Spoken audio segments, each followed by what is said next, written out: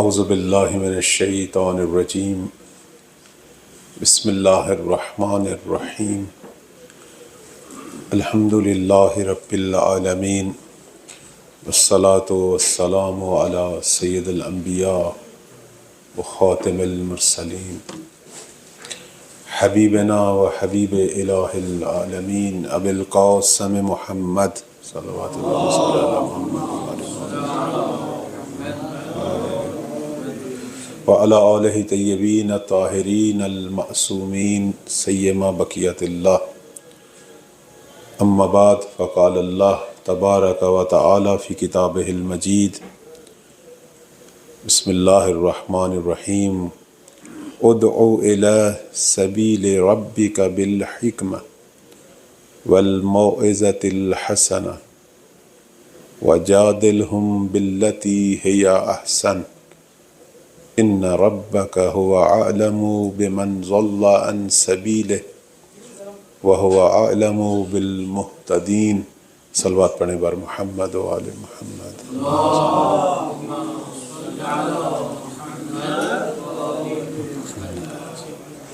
آپ سب علماء کرام، سب افاضل کو ماہ رمضان کی سعادت مبارک۔ پروردگار توفیق دے ہم سب کو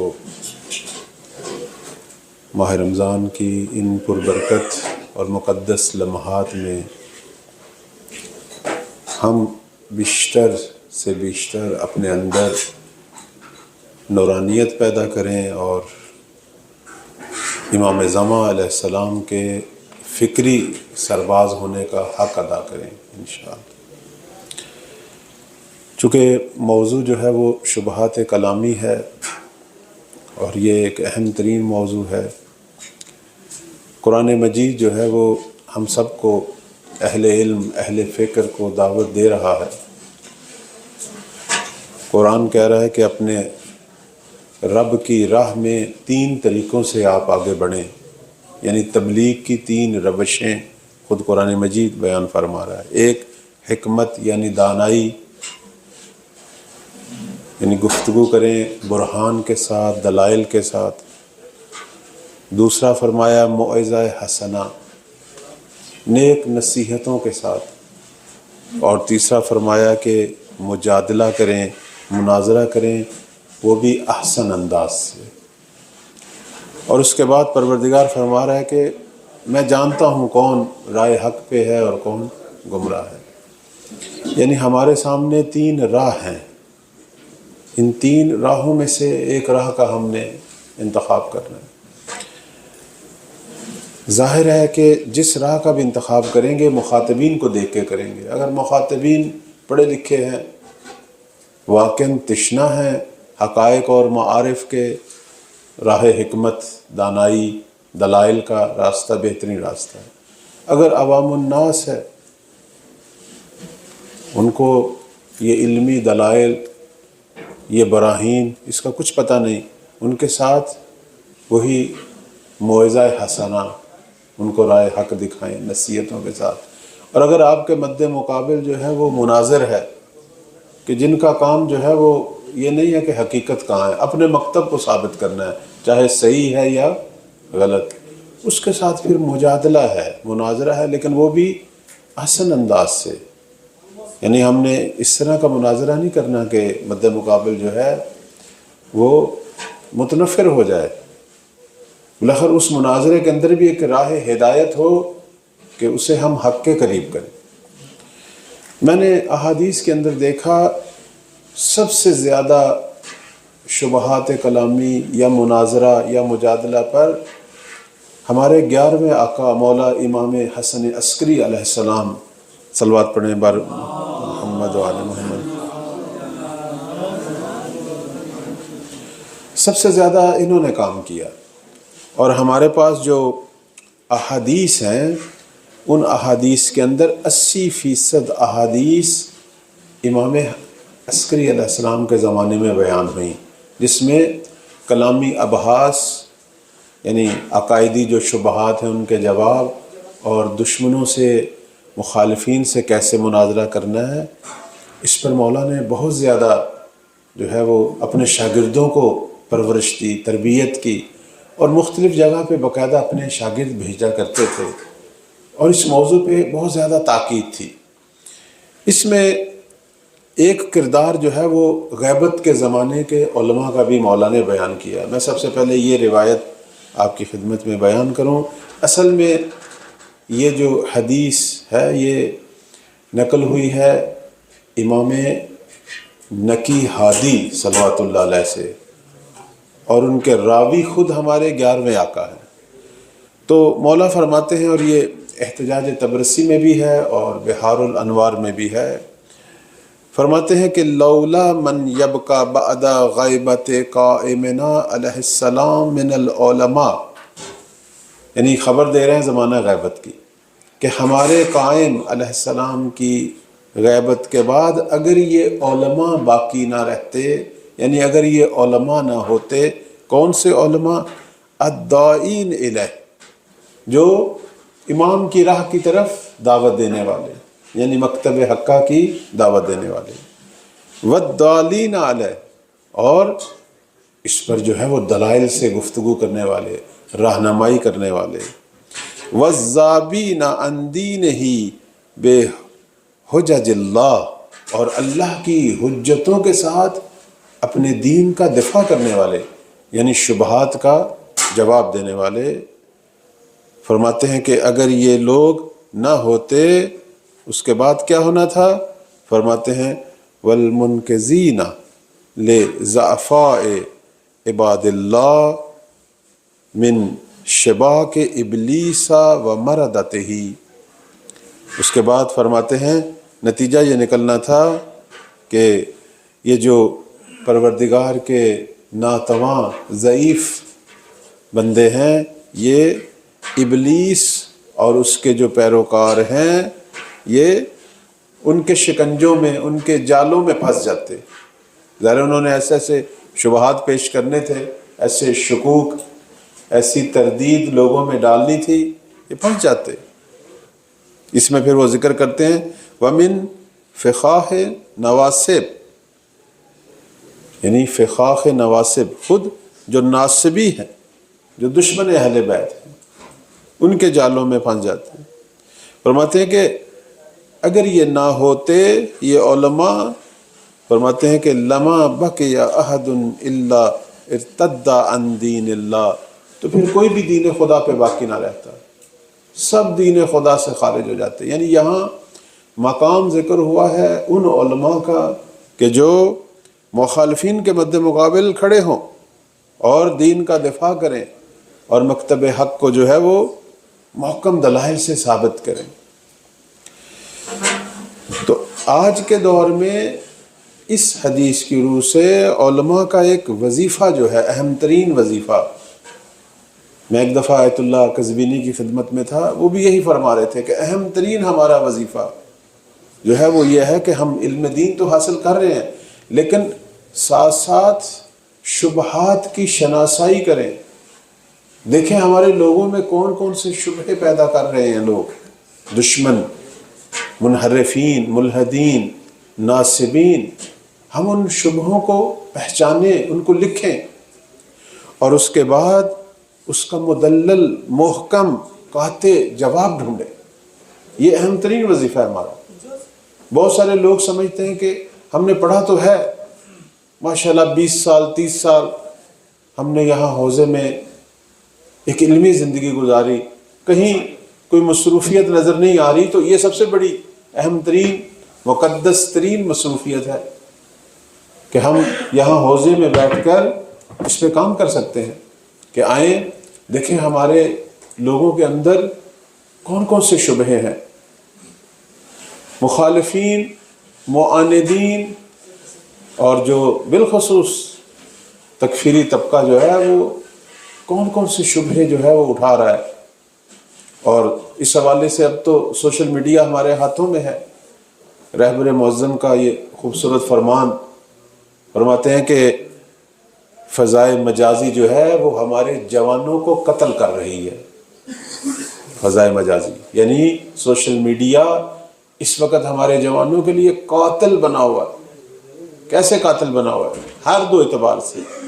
ایک تو عملی اعتبار سے ظاہر اس کے اندر ایسا میٹر ہے جو لوگوں کو دین سے خارج کر رہا ہے، ہوائے نفس کے مطابق، شیطانی خواہشات کے مطابق گناہوں پہ ابھار رہا ہے، اور گناہ خود دین سے خارج کرتے ہیں۔ گناہ کی عادت پڑ جائے تو دینی بنیادیں سست پڑ جاتی ہیں، اور ایسا ایسا انسان ایمان سے خارج ہو جاتا ہے۔ یہ تو عملی اعتبار سے بہت کچھ ایسا ہے کہ جو شاید انسان ایک دفعہ دیکھے پھر وہ پہلے والا انسان نہیں ہے۔ ہماری احادیث کے اندر ایک روایت ہے کہ ایک وقت ایسا آئے گا کہ ایک شخص صبح مومن ہوگا، شام کو کافر ہوگا، اور شام کو مومن اور صبح پہلے لوگوں کو سمجھ نہیں آتی تھی۔ اصل میں یہ اس زمانے کی ہے ہی نہیں تھی، یہ آج کے دور کی ہے، ورنہ پہلے دور میں لوگ اتنی جلدی تو کافر نہیں ہوتے تھے۔ آج کے دور کی ہے کہ سوشل میڈیا ایک ایسا زہر ہے کہ یہ چند لمحوں میں انسان کو کافر کر سکتا ہے، چند لمحوں میں کافر کر سکتا ہے۔ بعید نہیں ایک بچہ جو صبح سے اب تک متدین تھا، رات کو سونے سے پہلے اس نے 1 گھنٹے کے لیے موبائل دیکھا ہو، پتہ نہیں کیا دیکھا کہ اب وہ حالت ایمان پہ نہیں رہا۔ یہی ہے، یعنی یہ آج کے دور کی روایت ہے۔ تو ایک تو حملہ جو ہے وہ ہمارے عمل پہ ہو رہا ہے، اور دوسرا حملہ جو سوشل میڈیا کر رہا ہے اس کے اندر ایسے معاندین، ملحدین، ایسے مکتب حقہ کے مخالفین بیٹھے ہیں جن کا کام نئے نئے شبہے پیدا کرنا، اور وہ شبہے اتنے مضبوطی سے پھیلا رہے ہیں، اور اگر علماء کرام اس کو شناسائی نہ کریں، ان شبہوں کو نہ ڈھونڈیں، نہ پہچانیں، اور ان کا ایک مناسب جواب اسی سوشل میڈیا پہ نہ دیں، تو اس کا نتیجہ کیا ہے؟ اس کا نتیجہ جو ہے یہ بچے جوان جو ہیں یہ شیعہ نہیں ہے۔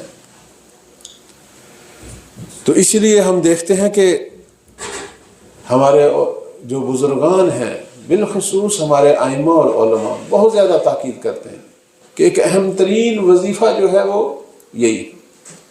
اور میں نے جیسا کہ عرض کیا، ویسے تو ہمارے تمام ائمہ نے بے پناہ زحمتیں کی، مناظر تیار کیے جو مخالفین کا منہ بند کرتے تھے، شبہات کا محکم مدلل جواب دیتے تھے، اور یہ امام سجاد علیہ السلام کے زمانے سے تھے، امام باقر علیہ السلام کے زمانے میں بڑے، امام صادق علیہ السلام کے زمانے میں اور بڑے، پھر 8ویں مولا کے زمانے میں بھی مزید اس پہ کام ہوا، لیکن بہترین کام امام حسن عسکری علیہ السلام کے زمانے میں ہوا۔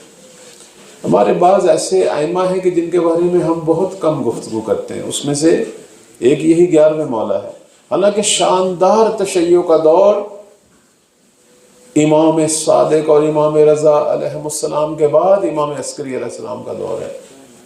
اس دور میں بڑے بڑے مخالفین، بڑے بڑے معاندین جو مذہب حقہ کے مد مقابل جو ہے وہ مختلف شبہوں کے ساتھ ہمارے بچوں جوانوں کو پریشان کر رہے تھے، امام نے باقاعدہ شاگردوں کی ایک فوج تیار کی اور انہیں بھیجتے تھے۔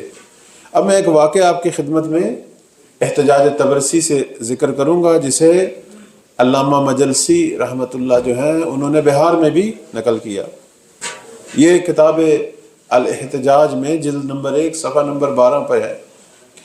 کہتے ہیں کہ ایک دفعہ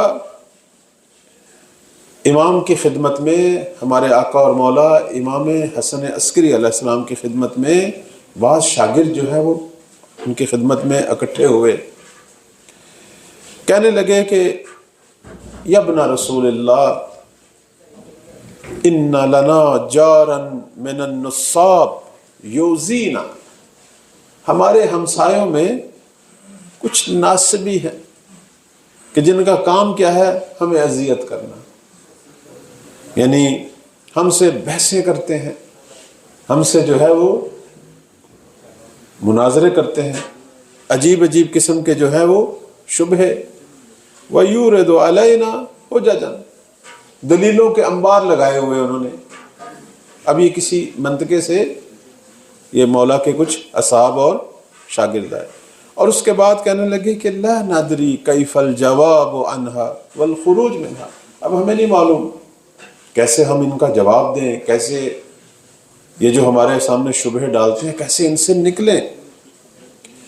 اب یہاں کیا ہوا، اب یہ کچھ مومنین نے آ کے مولا کی خدمت میں شکایت کی اپنے علاقے کے کچھ معاندین، بالخصوص ناصبیوں کے بارے میں۔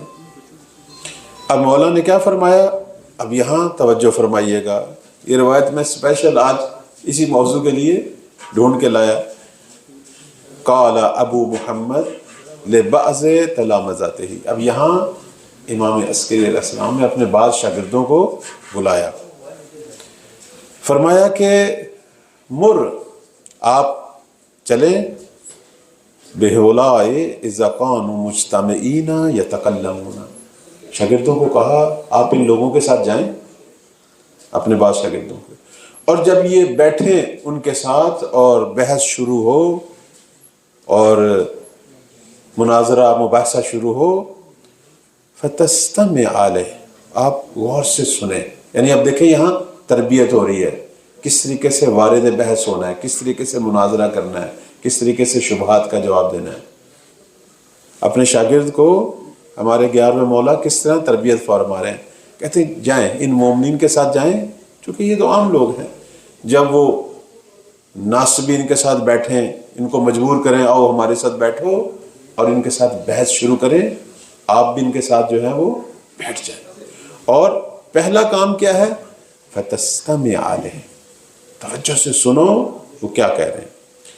اس کے بعد فَيَسْتَدْعُونَ مِنْكَ الْكَلَامِ، جب وہ اپنی بات مکمل کر لیں اور اب آپ سے جواب چاہیں کہ ہاں بھئی آئیں جواب دیں، اب مولا فرما رہے ہیں فَتَكَلَّمْ، پھر تم شروع کرو گفتگو کرنی، اور اس کے بعد اگلا جملہ فرماتے ہیں اس طرح گفتگو کرنی ہے کہ افہم صاحبہم، اس طریقے سے وارد ہونا ہے، ایسا بیان لانا ہے کہ ان کے چہروں کو سیاہ کر دو، یعنی محکم انداز سے، دلائل سے۔ وَاكْسِرْ عَرَبَهُمْ، وہ جو عزت پائے ہوئے ہیں ان کو ذلیل کرو اپنی کلام سے، جس طرح وہ تمہیں ذلیل کرنے کی کوشش کرتے ہیں۔ کہتے ہیں کہ اس طریقے سے وارد ہو کہ وَلَا تَبْكِ لَهُ بَاقِيَةٌ، کہ ان کے لیے کچھ بھی نہ بچے، یعنی کہ یہاں زحمت کرنی پڑے گی، محنت کرنی پڑے گی۔ اس کے بعد روایت یہ ہے کہ وہ جو مولا کا پروردہ شاگرد تھا، فَذَهَبَ الرَّجُلُ وَحَضَرَ الْمَوْضَعَ، وہ شخص گیا اور اس جگہ پہ حاضر ہوا۔ اس کے بعد کلم الرجل، وہ شاگرد اس طریقے سے وارد ہوا، فَأَفْحَمَهُ، ان کو ذلیل اور سیاہ کر دیا اس نے۔ وَسَيَّرَهُ لَا يَدْرِي فِي السَّمَاءِ هُوَ أَوْ فِي الْأَرْضِ، کہتے ہیں ایسا محکم جواب دیتا تھا کہ سامنے والے کو پتہ نہیں اب چل رہا تھا کہ میں زمین میں ہوں یا ہوا میں، ان کے اوسان خطا کر دیے۔ اس طرح ہونا چاہیے۔ آخر ہمارے پاس کمی کیا ہے، مکتب حقہ کے پاس کیا کمی ہے، انبار ہیں دلائل کے، یقین مانے ہمارے پاس شاید ٹائم نہیں ہے پڑھنے کا، ہم نے اپنے آپ کو ایسے ہی مصروف کیا ہوا ہے مختلف چیزوں میں، کاش ہم ٹائم نکالتے۔ ایک دفعہ پہلے بھی کسی جگہ پہ یہ گفتگو ہو رہی تھی تو میں نے کہا کب ہم اپنے ائمہ کے مناظرے پڑھیں گے، یہ کوئی نئے شبہ نہیں ہے، کوئی نئے سوال نہیں ہے، یہ وہی ہے، اسی طرح کے سوال ہیں، بیان تھوڑا سا چینج ہو جاتا ہے۔ آئیں صرف مناظرے کھولیں ہماری احادیث کی کتابوں میں، بہار میں احتجاج تو ہے یہ کتاب، اس کے اندر ائمہ کے احتجاج ہیں، آئیں مناظرے کھولیں، دیکھیں ائمہ نے شبہات کا کس طریقے سے جواب دیا۔ ائمہ کے اصحاب بالخصوص ابن حشام، بہترین مناظر اپنے دور کے، ان کے دیکھیں۔ اور اس کے بعد والے ادوار میں آئیں، غیبت کے زمانے میں شیخ مفید کے مناظرے، آپ یہاں دیکھیں کتاب ملتی ابھی بھی قم میں موجود ہے، چھپی ہوئی ہے کتاب مناظرات شیخ مفید، اتنی موٹی کتاب ہے، اس میں سب مناظرے ہیں۔ اس کے بعد آگے چلیں، علامہ ہلی تک تاریخ ہے ہماری مناظروں کی، بعد میں مزید میر حامد تک، آج کے دور کے۔ آخر یہ مناظرے ہی صرف آدمی پڑھ لے، اسے یہ توانائی حاصل ہو جاتی ہے کہ معاندین مخالفین کا محکم انداز سے جو ہے وہ جواب دے۔ معصوم فرماتے ہیں اپنے شاگرد کو کہ اس طریقے سے جواب دینا ہے کہ وہ روسیا ہو، تاکہ مکتب حق جو ہے یہ عزت پائے۔ اور کہتے ہیں اس نے اس طریقے سے گفتگو کی کہ مد مقابل کو اب پتہ نہیں چل رہا تھا کہ میں زمین میں ہوں یا آسمان میں۔ خوب جب یہ مناظرہ ہوا، قالوا وبکى علینا من الفر والسرور ما لا يعلمه الا اللہ، ایسی خوشی وہاں کے شیعوں کو حاصل ہوئی پہلی دفعہ، کیونکہ اب تک تو وہ الٹے سیدھے شبہات سے انہیں پریشان کیے ہوئے تھے، لیکن جب ایک عالم گیا، ایک امام کا تربیت شدہ، تو کہتے ہیں اتنے وہ خوش ہوئے کہ خدا ہی جانتا ہے اتنی زیادہ خوشی۔ اور پھر جب وہ ہمارے 11ویں آقا مولا امام عسکری علیہ السلام کی خدمت میں وہ پہنچے تو مولا نے کیا فرمایا؟ فرماتے ہیں ان الذین فی السماوات لحقهم من الفرح والدر بکسر حاض العدو اللہ کانا اکثر مما کانا بحضرتکم۔ فرماتے ہیں اس شاگرد کو کہ تم نے جو مناظرہ کیا، مد مقابل کو شکست دی، اس شکست پر آسمان پہ رہنے والے زمین پہ رہنے والوں سے زیادہ خوشحال ہوئے۔ آسمان پر تمہاری زیادہ مدح ہو رہی ہے، اتنی شاید خوشی ان کو نہیں ہوئی جتنی کہ تو نے آج دشمن خدا کو ہرایا۔ ایک دفعہ ایک شخص پوچھ رہا تھا کہ ہم جو اہل علم ہیں، روحانیت سے منسلک لوگ، ہمارے وظیفے کیا ہیں؟ روایت، اسی روایت سے آپ نتیجہ نکالیں، روایات یہی کہتی ہیں ہمیں کوئی چلے کاٹنے کی ضرورت نہیں ہے، کوئی زیادہ لمبے اذکار پڑھنے کی، اپنی واجب نمازیں پڑھیں، اس کے بعد سارا ٹائم تحصیل پہ صرف کریں، مطالعے پہ صرف کریں۔ ہماری ساری روحانیت یہی ہے، یقین مانیں شاید اتنی نورانیت اس سے پیدا نہ ہو جتنی اس سے پیدا ہوتی ہے، وہ تو عوام کے لیے ہے۔ ایک آدمی فارغ نہ بیٹھے، چلو کوئی نہ کوئی تسبیح کرتا رہے، نوافل پڑھتا رہے، اپنے آپ کو مختلف دعاؤں اور زیارات میں مشغول رکھے، لیکن ہمارے لیے نہیں، اہل علم کے لیے نہیں۔ اہل علم کے لیے کیا فرمان ہے؟ تفکروا ساعۃ خیر من عبادت 70 سنہ۔ اہل علم کی تو 1 گھنٹے کی فقط فکر، یہ جو مطالعہ کرتا ہے، یہ جو حاصل کرتا ہے علمی نکات، ان پہ غور و فکر کرتا ہے، یہ عام آدمی کی 70 سال کی عبادت سے افضل ہے۔ میں نے خود خواص سے سنا ہے، وہ کہتے ہیں کہ آپ لوگوں کا یہی دینی کتابیں پڑھنا، یہی قرآن مجید محمد و آل محمد کے فرامین میں غور و خوض کرنا اتنی نورانیت پیدا کرتا ہے آپ کے اندر۔ اصل آپ لوگوں کو ضرورت نہیں ہے مختلف دیگر وظائف میں، مطلب یہ نہیں ہے کہ ان کی کوئی اہمیت کام ہے، کرنا تو وہ بھی کریں، لیکن یہ اس سے چند برابر روحانیت اور نورانیت پیدا کرتے ہیں، تزکیہ نفس کا باعث ہے۔ یہی چیزیں اپنا یعنی ٹائم جو ہے وہ ان چیزوں پہ صرف کریں، جتنا ہو سکے مطالعہ کریں، اپنے مطالعے کے ٹائم بڑھائیں، اور اس میں اگر مختلف اساتذہ سے استفادہ کرنا ہے ان سے مراجعات جو ہے وہ بڑھے۔ اس لیے آپ دیکھیں کہ معصوم فرماتے ہیں کہ تمہارا یہ مناظرہ صرف وہاں زمین والوں کو خوشحال کر کے نہیں آیا، آسمانی مخلوقات ان سے زیادہ خوشحال ہیں اور تمہارے لیے دعا گو ہیں اور ان پر لعن کر رہے ہیں۔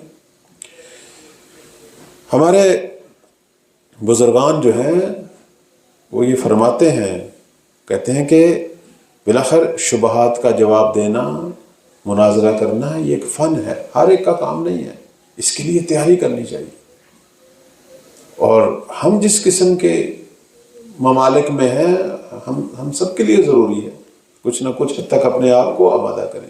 البتہ 2 طرح کے ہمارے سامنے میدان ہیں، ایک میدان صرف شبہات کا ہے اور ایک میدان جو ہے مناظرے کا۔ شبہات میں معمولاً وہ لوگ ہیں کہ جو شاید تشنہ حقائق ہو، وہ سننا چاہتے ہیں کہ بھائی ایک شبہ ہے۔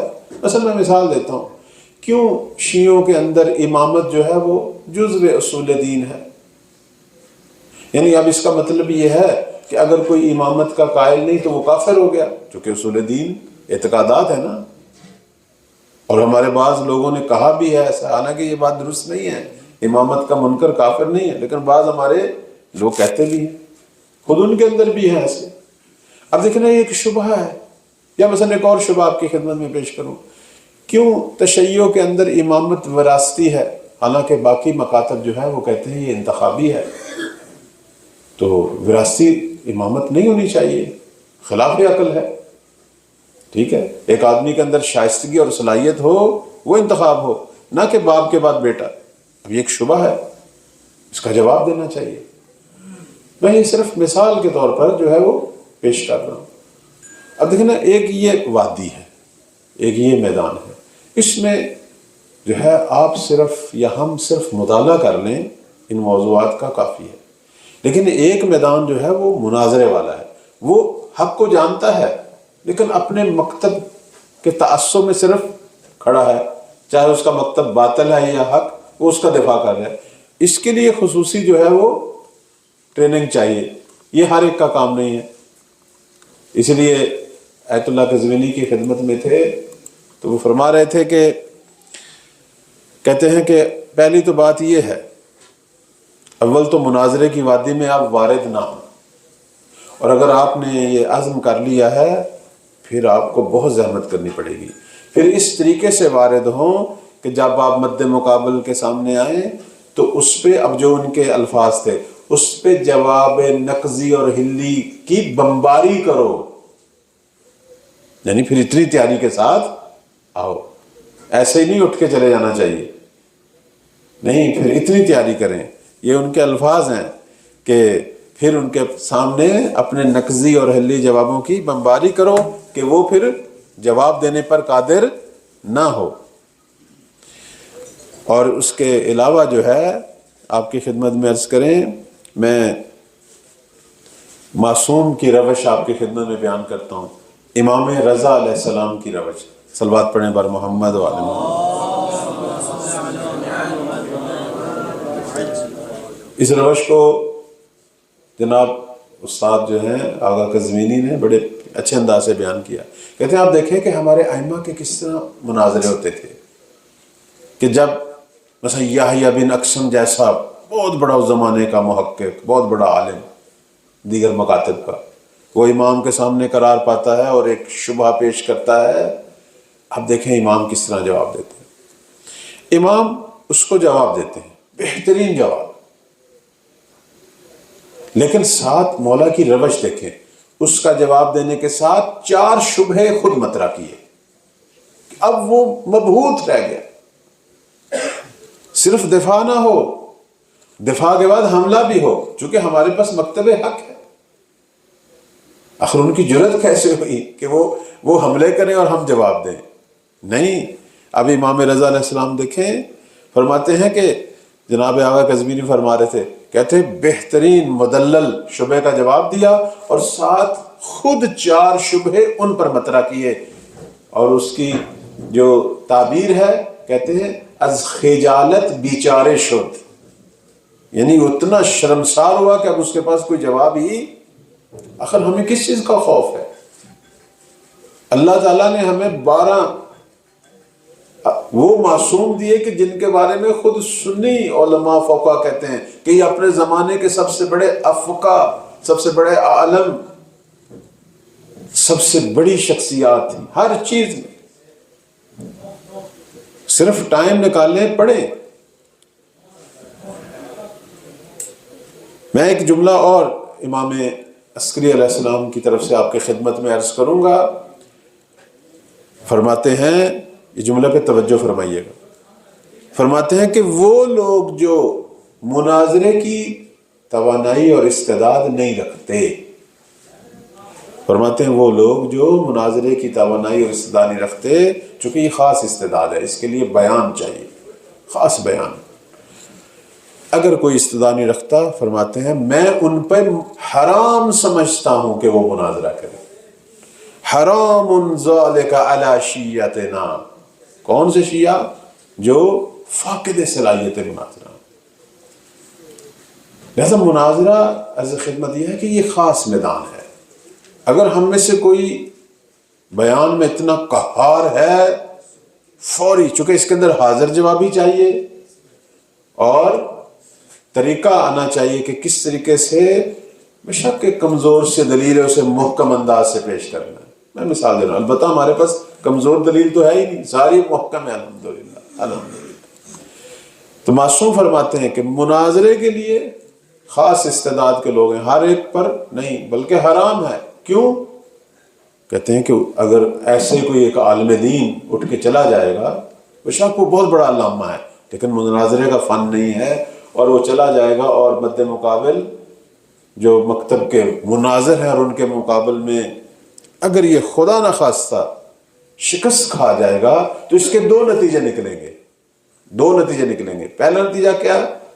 ان کا مکتب حق ثابت ہو جائے گا اور مکتب شیعہ جو ہے وہ باطل ثابت ہوگا، چونکہ کمزور مکتب شیعہ نہیں تھا، ہمارا وہ شخص تھا جس کو مناظرہ کرنے نہیں آتا تھا۔ اور دوسرا اثر کیا نکلے گا؟ ہمارے جو جوان ہیں، ہمارے جو بچے ہیں جو دیکھ رہے ہیں وہ سست پڑ جائیں گے، وہ کہیں گے ہمارا عالم جواب نہیں دے سکا تو اس کا مطلب ہے پھر یہ مکتب ٹھیک ہی نہیں، ہم غلط راہ پہ تھے۔ لہذا مناظرہ میرے بزرگان عزیزان، مناظرہ ایک خاص ہے۔ ہماری گفتگو جو ہے وہ بیشتر آئندہ بھی یہاں جو ہوگی، آئندہ آنے والے پروگراموں میں بھی وہ شبہات پہ ہوگی۔ ہم نے مناظرے کی دنیا میں وارد نہیں ہونا۔ شبہات ایک ایسا کام ہے جس میں ہم سب اپنی حیثیت کے مطابق جو ہے وہ حصہ ڈال سکتے ہیں، صرف ذوق چاہیے۔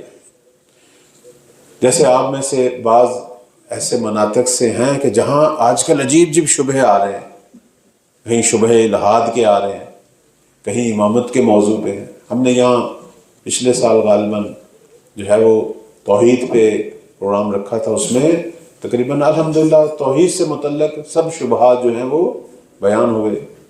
اس دفعہ میرا پروگرام تھا امامت سے میں متعلق جو ہے وہ جو اہم ترین شبہات ہیں وہ میں آپ کی خدمت میں بیان کروں گا، جیسے بھی میں نے پیش کیا کہ شیعوں کے اندر امامت کیوں وراثتی ہے۔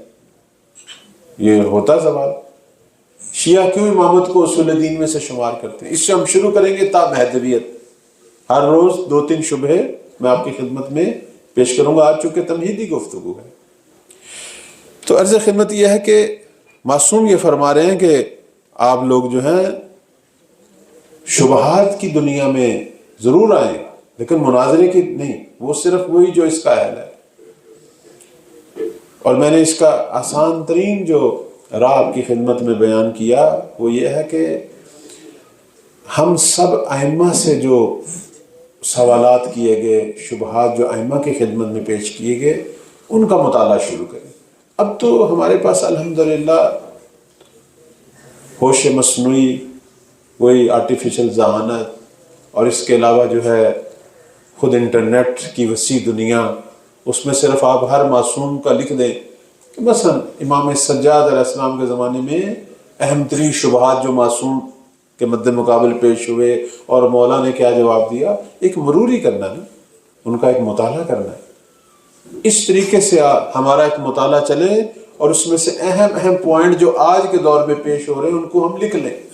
اس میں بہت ساری برکات ہیں۔ میں ایک مثال آپ کی خدمت میں دیتا ہوں، چھوٹی سی مثال، تاکہ آج ہمارا یہ موضوع جو ہے وہ کچھ حد تک جو ہے وہ آگے بڑھے۔ ایک روایت ہے سعد بن عبداللہ اشعری کی، یہ روایت معروف ہے، یعنی یہ 11ویں آقا ہمارے مولا کے زمانے میں تھا سعد بن عبداللہ اشعری۔ یہ اپنے زمانے میں بہت بڑے مناظر بھی تھے۔ تو یہ بتاتے ہیں کہ میرا ایک دفعہ کسی کے ناسبی سے مناظرہ ہوا اور اس نے مجھے کافی زج کیا، میرے پاس جواب نہیں تھا۔ تو اب یہ چل پڑے 11ویں امام مولا امام عسکری علیہ السلام کی خدمت میں، اور وہاں جا کے انہوں نے اپنے سوال مطرح کیے۔ آپ صرف یہی لکھ لیں، گوگل پہ سرچ کریں کہ سوالات سعد بن عبداللہ اشعری از امام عسکری، 40 سوال ہیں۔ یہ شبہات ہے نا، 40 سوال اور اہم ترین سوال۔ البتہ میں سارے یہاں بیان نہیں کر سکتا کیونکہ بعض جو ہیں اب تو مسائل ہیں ان پر قانونی اعتبار سے، لیکن ہمارے علم میں ہونے چاہیے۔ صرف اسی ایک موضوع کو دیکھ لیں، بے شک آج جا کے آپ ملاحظہ فرمائیں سعد بن عبداللہ اشعری کے سوالات، یعنی شبہات، اس نے شبہات پیش کیے اور معصوم نے جواب دیے۔ اور پھر جواب بھی کس نے دیے؟ عجیب بات کہ جب وہ پیش ہوتا ہے 11ویں آقا کی خدمت میں، ہمارے 11ویں امام کی خدمت میں سوالات لے کے پیش ہوتا ہے، تو خود کہتا ہے کہ ان کے دائیں زانوں پہ ایک چھوٹا سا بچہ بیٹھا ہوا تھا۔ اس بچے کے حسن و جمال کی توصیف کرتا ہے اور بیان کرتا ہے کہ یہ فرزند تھے، یعنی آج جو ہمارے مولا ہیں امام مہدی علیہ السلام، ان کو وہ بچپن کے عالم میں دیکھتا ہے۔ سعد بن عبداللہ اشعری قم سے گیا ہے، یہیں اس کی قبر ہے۔ کہتا میں 11ویں مولا کی خدمت میں گیا اپنے سوالات لے کے، تو وہاں ان کی گود میں ایک بچہ بیٹھا ہوا تھا، تو میں نے جب اپنے سوال شروع کیے تو مولا نے فرمایا میرے فرزند مہدی سے پوچھو۔ تو میں حیران ہوا۔ اب وہ چھوٹا جو طفل مبارک ہیں، یعنی امام مہدی علیہ السلام کی طرف اشارہ کرتے ہیں، کہ میں حیران ہوا، میں ان سے سوال کرتا تھا اور وہ مجھے، حتیٰ کچھ سوال مجھے بھول گئے تھے تو وہ مجھے یاد دلاتے تھے کہ تم نے فلاں سوال بھی کرنا تھا مجھ سے، وہ بھی کرو۔